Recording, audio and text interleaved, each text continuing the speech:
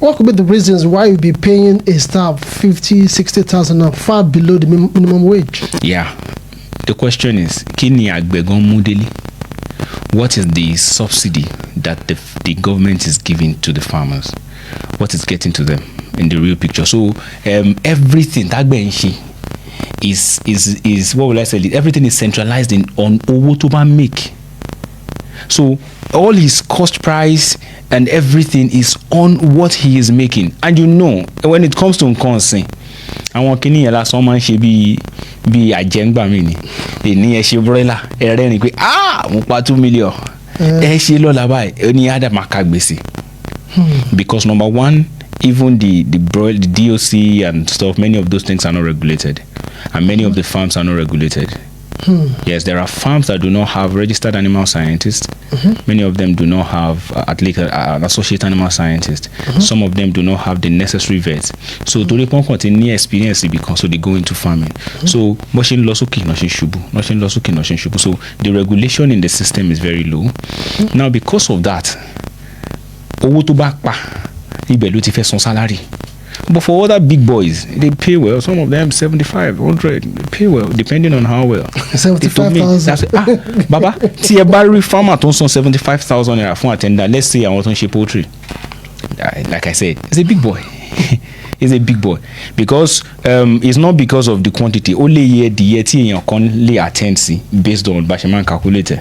You get so 10 year bá ń ṣe let's say the year 5,000. Ó dẹ̀ ní ọmọ mẹ́ta síbẹ̀ and it's paying 75,000 to 3 people over the space of 2 months. So she broiler. So they have to calculate the cost. So gbogbo àwọn kan yẹn that's nǹkan ọ̀sìn. Tẹ́ bá bọ́ sí nǹkan ọ̀gbìn. Láwọn tó máa tiẹ̀ máa ṣiṣẹ́ oṣooṣù mọ́ báyìí iṣẹ́ ọdún ni. Iṣẹ́ ọdún ni. Ẹni ò gba bàjáàjì. Yóò gba boxer lọ́wọ́ yín. Yóò gba boxer. Yóò gbowó ọdún. Ẹ̀dẹ̀ máa fún wọn lóúnjẹ. Tẹ́ bá calculate àwọn kan yẹn rí pé ó wọ́n sí. So if the cost of labour is high, the cost of input is high because the government is not, let's say, because the government is not subsidizing fertilizer and seeds for you.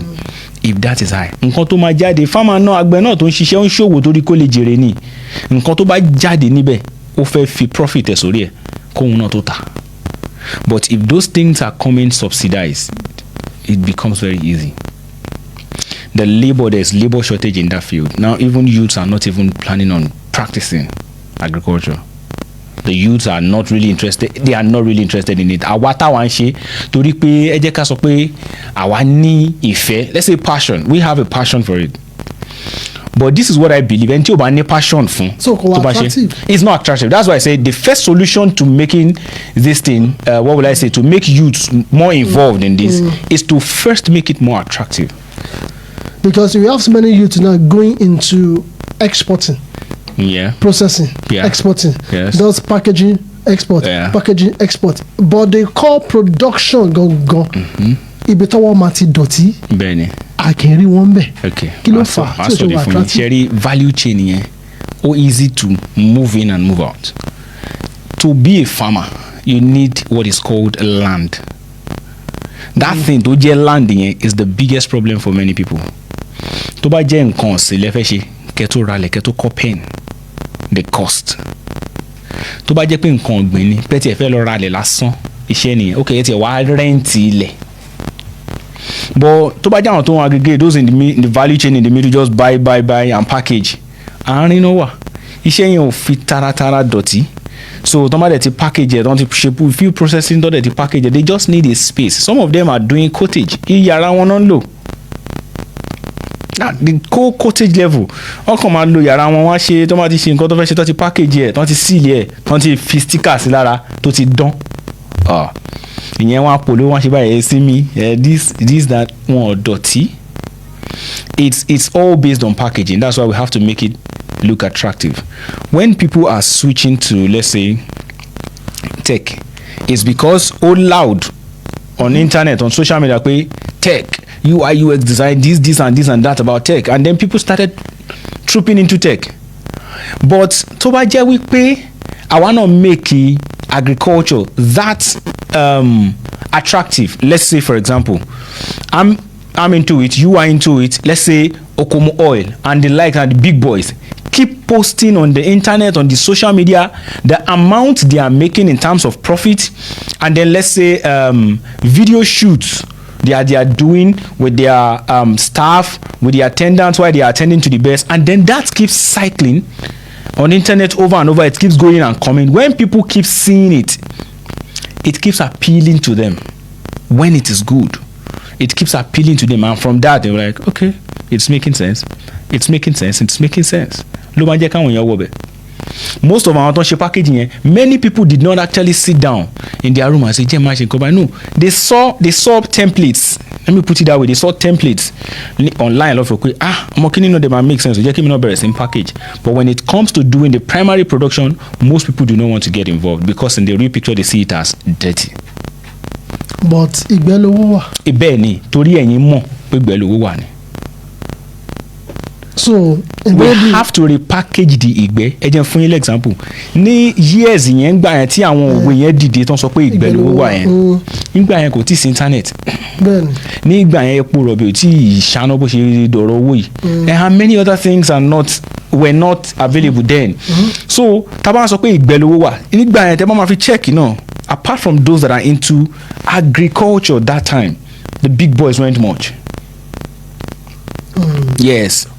Àwọn olówó kòkó. Àwọn olówó kòkó. Àwọn olówó bì. Àwọn olówó epo. Àwọn olówó ẹ̀pà. Soya bean nǹkan bẹ́ẹ̀ yẹn. Àgbàdo gbogbo àwọn yẹn nǹkan tó sọ wọ́n dolówó nìyẹn. But nísìn there are other channels, so àwọn nǹkan tó ń compete fún láti di big boy yẹn ó ti pọ̀. So people are now looking at kàkà kí n lọ máa ṣe oko tó rí báyìí mi ò ṣe kúkú bọ́ sí apá bí because you are not dirty.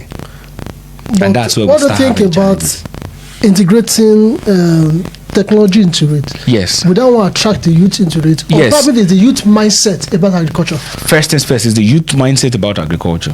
Okay, I studied agriculture. But now you said just 70,000. Which youth want to collect 70? I want you to look about 70,000, 80,000 salary. My final example. I studied agriculture at both undergraduate and master's level.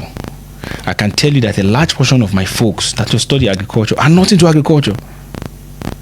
Our remain in agriculture less than maybe let's say 15%. 15. I didn't say 50. 15. Àwọn èèyàn ti bọ́ sí nǹkan míì tó máa dówó, àwọn tó wọ bank, àwọn tó lọ sí àwọn kan tó switch career completely into tech. Now, ẹni tí ó ń gba 75,000 yẹn, note that is an attendant, an unskilled labour, not a graduate. So but skilled labour, Baba, one of the most underpaid people in Nigeria are not just medical doctors, are farm managers. A farm manager is educated in agriculture, especially those that have B.Agric, BSc in agriculture and the likes. They have years of experience. And go and check them as farm managers in an average farm.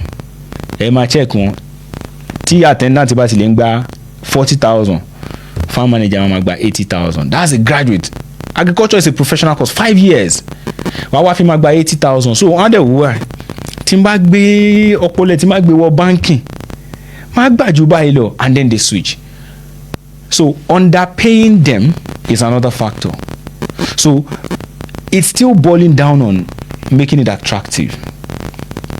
Attractive in terms of pay. Attractive in terms of look, the outlook, what we are portraying that this business is. Many people do not want, because they say it's dirty.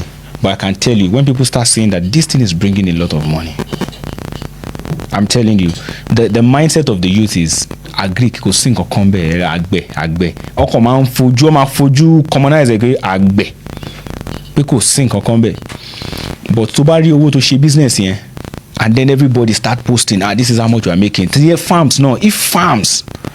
If farms can be coming out to declare the same way banks will come out publicly and announce it on pages of newspaper and on internet. We made so trillion as profit. We made so billion as profit after tax. We made so billion. And then people started saying banking as lucrative. Check it. Tí àwọn tech bá ti lọ fún pitch tech and they say they raised $17 million. They raised $30 million for this tech. People started seeing it as lucrative. If farms can start declaring like that, and saying we made so amount last year. It was somebody who posted it. I posted that on my status a few days ago. I think it was yesterday, that they said Okumu Oil made 40. Oh, sorry. I'm very sorry. That a particular company made 40 billion. Yes. A particular farm made 40 billion. Profit after tax. As profit after tax. That is just one. It was somebody who posted it, not even the company itself. So if farms can be coming out to post their profit after tax, profit before tax, okay, this is how much, this is how much, this is how much, and the government is encouraging that. Say, okay, if you are in farming, this is the, let's say, subsidy you get in terms of tax, this is the freedom you have, these are the things that we are putting in place to support you, policies that will help you. I think that would also make it more attractive. The truth is, it's not just about how dirty or how clean the job. I think people are more after the figure, men basically are after the figures rather than the nature of the job. A man, averagely, from something like from a document, will I say it's a community? No, an interview I saw. They asked different people. A man is ready to take a dirty job to clean toilet, let's say latrines and pits, for $100,000 than go to office for $100. And women are ready to go to the office for $100 than do a latrine job for $100,000. You see the difference? A man is after the figure. So basically, even you are a youth and the mindset is there that you want to make more money. When you see this thing is bringing money, it's bringing money, it's bringing money. This one is declaring, this one is declaring, this one is declaring. And we are seeing pictures. What have been picking if I'm making sense here? Before we know it, people will start going into it in beats, 100 here, 1,000 here, 500 here, 1,000 here. Then we have enough.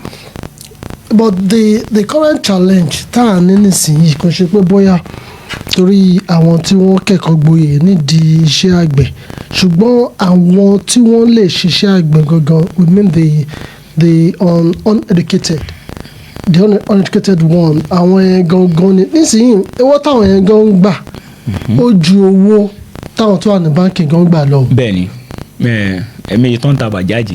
Nísìnyí that's about 1.5 million naira ó dẹ̀ máa jẹun bíi 30,000 naira every month. So that's about 1.8 million naira. So láàárín oṣù kan wọ́n gba about 200,000 naira. Yes. Kò dẹ̀ sí farm tó ń san 200,000 naira fún manager wọn. No, farm mẹ́rin ló san 200,000. So definitely ó fi hàn pé àwọn tó máa ṣe the people at the base of the pyramid. Yes. Àwọn gangan ni challenge production. They are the challenge. So how can that one be solved?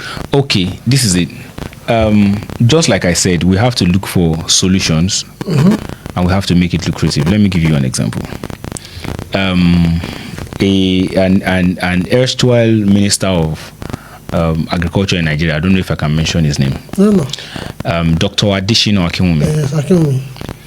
He came to my school in 2014 convocation. And during his keynote delivery, he sang a song. Iṣẹ́ àgbẹ̀ níṣẹ́ ilé wa. The song that is played here every time. At the change, yeah.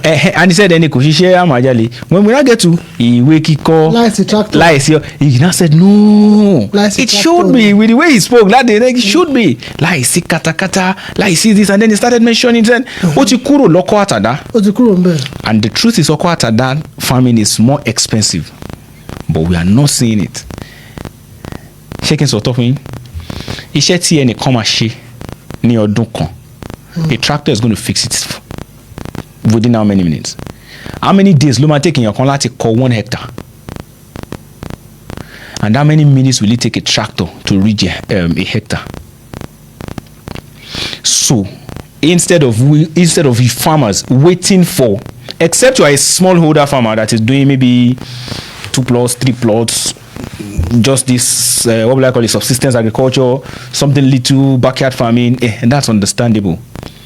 But the moment you actually cross 1 hectare, you should look for ways of using machineries, of introducing technologies, rather than waiting for manual laborers. If you are cultivating 10 hectares, kilo share to lower tractor. You may not have the capacity to buy. Then that's why cooperatives come in. They can rent for a particular community, a farming community. They rent one that is going to work in that place maybe during this rainy season for maybe a month. I think there are companies that hire tractors out, and the government can also help local governments by providing tractors just for them to be able to rent. People are ready to rent it. Just make it available. That's the level we need to get to. A man posted a video on TikTok, because most of my TikTok videos are usually about agriculture. He posted a video on TikTok. He touched a boss and said, "Ele, lo pa owo ele." The boss, o ma fi n ko ege, ko igi, ko gedu jade. Òun ló fi ra tractor. Ó wá touch a tractor and pé tractor yẹn ló ra car. So one very fine car. Ó lè lè kí ló pè náà? Bí kò sọ pé nǹkan jẹ́ bí gbèsè fún wọn or something like that, because kò sí nǹkan tó ṣe fi ṣe yàtọ̀ sí kó fi rinṣẹ́. Ó ní but kí pé ká wá set méjèèjì yẹn. Now he has a tractor. Ó ní tó bá ti bọ́ sí feed lẹ́ẹ̀kan báyìí, ó lé hectares tó máa ṣe lójoojúmọ́, ó dẹ̀ léye tó ń gbà per hectare. So if we have that for, let's say, a community of farmers that are together, maybe 10 or 15, ó máa subsidize iye tó ń ná on labour. What are the labourers doing basically? Kán ro oko yẹn, kán rí jẹ, kán plant. Tó bá ti plant, wọ́n weed, wọ́n spray, wọ́n dey harvest. Many of these things the machinery is worth. Yes. Gángan tá à ń lù nísìnyí ọlọ́mọ yẹ kí a wọ ẹ̀ kó yá o. So ipa olè rò pé ó yẹ kí ìjọba kó torí òní kọ́ torí ọ̀la ni. Number one. Àwọn ilẹ̀ tí ó bá wà available fún planting àbí fún cropping season. Èyí tí ìjọba ṣe 6,000 the last year. Kí Ọ̀yọ́ state government can intensify. If they can do 6,000, then they can do 12,000, then they can do 15,000. So if we intensify, tí ìjọba bá intensify, okay, kọ́ máa kàn ṣe ní just a particular place. Kàn jẹ́ kí gbogbo àwọn tractors yẹn wà by local government. Mi mọ̀ bóyá local government, each local government ló wà báyìí. But if it is in every local government, if they commit a good number of resources to that, tó bá ní tractors ní every local government, or then subsidize it from farmers, we will have more output. Because ẹni tó bá wò pé òun fẹ́ ná 500,000 tẹ́lẹ̀, tó wà wò pé wọ́n ti subsidize òun ní ná ju 250 lọ mọ́, tó dẹ̀ ṣe expect pé with his calculation and forecast, there is high chance pé iye tó máa make náà ló ṣì máa make, whether he uses 500,000 or he uses 250,000, it will encourage him to do more. 500,000 tó fẹ́ fi ṣe ẹyọ kan tẹ́lẹ̀ yẹn, a lè fi ṣe méjì. So what the government can do is make these facilities more available. Tractor on subsidize. Thank you very much, Governor Seyi Makinde. Then the other one you can do is, let's see if you can also subsidize seed. For example, cropping season láwa yìí. Jẹ́ pé seed gan ni ìṣòro nísìnyí. Number one, no, seed is also part of it. Èmi fi pé irrigation ní kókó. No, ẹni sùúrù. Now that's why I say cropping season. See, this is cropping season. Òjò ti ń rọ̀. Òjò tí ń fẹ́ máa balẹ̀. Now this is a cropping season. Ní cropping season báyìí, àìtí lè ronú irrigation báyìí. Òjò tó ń wà nísìnyí kò sí distribution. Quite all right. Kò sí distribution no. Quite all right. Now because of the what will I say? Climate change. Now because of the climate change, there's no distribution. But generally, as we still know, even according to NIMET, we are still around that cropping season, that rainfall period. If they can empower people now, àwọn tó bá wà ní areas tó yẹ pé òjò ti ń rọ̀, based on NIMET study pé àwọn eléyìí àwọn àdúgbò subsidize àwọn àdúgbò yẹn with seed, tractor and fertilizers. At least output ajáde láwọn ọbẹ̀ yẹn. Then àwọn area based on what the meteorologists are forecasting, àwọn area yóò ní rí nǹkan, then we cannot think of irrigation. After that, about the rainfall period till law, we are off rain-fed agriculture. We would now switch to that irrigation. We have to take it one step at a time. So now that we are still towards that period, that one in rain-fed season, our contact need is to look at irrigation. And irrigation is very costly, we know. So nisi, ẹ fún wọn ní seed, ẹ fún wọn ní tractor láti plow ilẹ̀, ẹ dẹ̀ fún wọn ní fertilizer. subsidize all these things for them. There are farming cooperatives, there are farming communities in ṣe Oyo State rò generally. pé yẹn máa attract youth láti wá ṣiṣẹ́ àgbẹ̀. No, kò need láti attract youth ń sìn. Of course there will be a percentage of youth in it. Ẹ jẹ́ fún yín example kan bó ṣe máa ń lọ. Tí ẹ bá ṣe nǹkan kan as a youth or èmi ṣe nǹkan kan as a youth tó bá work out, the next person I'm telling is not an old man, I'm telling a fellow youth. Mo ṣe lẹ́ẹ̀kejì ó work out, I'm telling a fellow youth, I'm already sending him a message pé nǹkan kan wà tí youth lè ṣe tó lè dowó. Tó bá wá rí pé ọ̀rẹ́ mi dẹ̀ ṣe kíni ó ń ṣe kíni ó ń ṣe kíni, nǹkan tó ń jẹ́ kí àti mo ti sọ tẹ́lẹ̀ níbẹ̀rẹ̀ program yìí, it's just because making it attractive. Okay, eléyìí ń declare eléyìí ń declare eléyìí ń declare eléyìí. Táwa náà bá ń declare little tiwa to our own inner cycles, people would start having that mindset to let's do farming. And tó bá dẹ̀ ti ṣe lẹ́ẹ̀kínní tó rí nǹkan tó rí ṣe lẹ́ẹ̀kejì tí government support ẹ̀, you think he won't want to stay there? It's true, but torí pé àwọn challenges tó máa ń fèsì lẹ́nu ẹ̀ ó ti dàbí ẹni tí wèrè pàyà ẹni tó bá ti lè rí mẹkáníìkì báyìí yóò họ. Bẹ́ẹ̀ ni, but ẹni tó bá ṣe lẹ́ẹ̀kínní tó work tó ṣe lẹ́ẹ̀kejì tó work tó sọ fún inner cycle ó sọ fún yàn kínní ó sọ fún yàn kejì tó wà máa fi di kẹta tó fẹ́ ṣe aṣọ fún gbé wà kínní tó fẹ́ ṣe yẹn ṣé àlìtá ẹjọ́ ṣe kakàn tiẹ̀ try ẹ̀ wò tó bá ti work bẹ́ẹ̀ òun náà tún wọlé nìyẹn. That is going to encourage people to come in. It will encourage the youth to do more. That's what I call the part of making it attractive. If people too can declare then bá ṣe tẹ̀ bá rí 500,000 so fáwọn èèyàn owó dẹ̀ ń jáde. You may not declare the exact figure. Tí bá dẹ̀ ṣàgbàdo lówó díẹ̀ lórí àwọn tó ṣàgbàdo ìjọba ń ṣe báyìí. Many people do not know what the government is even doing. So because the government is not talking. In the real picture, the government is not really publishing many of those things. And probably there may not be sincerity in what they are doing, or what? I don't know. I can't say anything to that. I can't say anything to that. Just like I said, it did 6,000 acres. I'm just hearing. I'm not abreast of that information. I'm just hearing about it now. So, àwọn kan tó bá fẹ́ ṣe ní agriculture náà, bó jẹ́ policies lè fẹ́ gbé jáde ni o, bó jẹ́ subsidy lè fẹ́ fún àwọn èèyàn ni o, ẹ publish yẹ. Put it on adverts, put it on billboards, announce it. Bí ìjọba ń ṣe báyìí lọ sí local government yín. But tó bá dijọ́ election. Tó bá kúlẹ̀ kí election dé. Jingle tó máa lọ ní orí rédíò.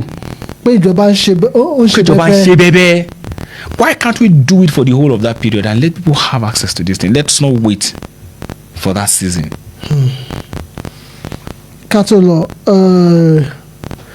kí ni ìgbésẹ̀ kan tẹ́ rò pé àwọn ìjọba àti àwọn like all farmer association ni o all these registered associations tán lè gbé to make it pé ẹnu ọ̀dọ́ ti fẹ̀ 70,000 káwọn ọ̀dọ́ mọ́ 70,000 káwọn ọ̀dọ́ mọ́ kágbàlagbà àgbàlagbà sì ni wọ́n sì lè torí àwọn ọmọ tó àwọn àgùnbánirọ̀ gan tó ń gba 77,000 àwọn gan sunkún pé kò ká nǹkan kan so kí làwọn ọ̀dọ́ wa fẹ́ ṣe tó lè kí ni. ẹ jẹ́ n sọ fún yín if they can partition àwọn subsidy tó bá fẹ́ ṣe yẹn ẹ mọ̀ pé àwọn grants kan wà tó bá fẹ́ gbé wọ́n máa sọ pé this is for women bẹ́ẹ̀ni àwọn scholarships kan wọ́n sọ pé for women ok ẹ ṣe àwọn kan pé strictly for youth.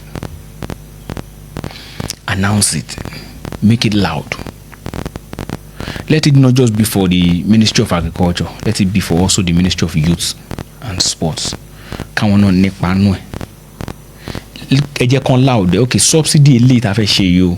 Of this 100% box, we are giving 50% to youth, 30% to women.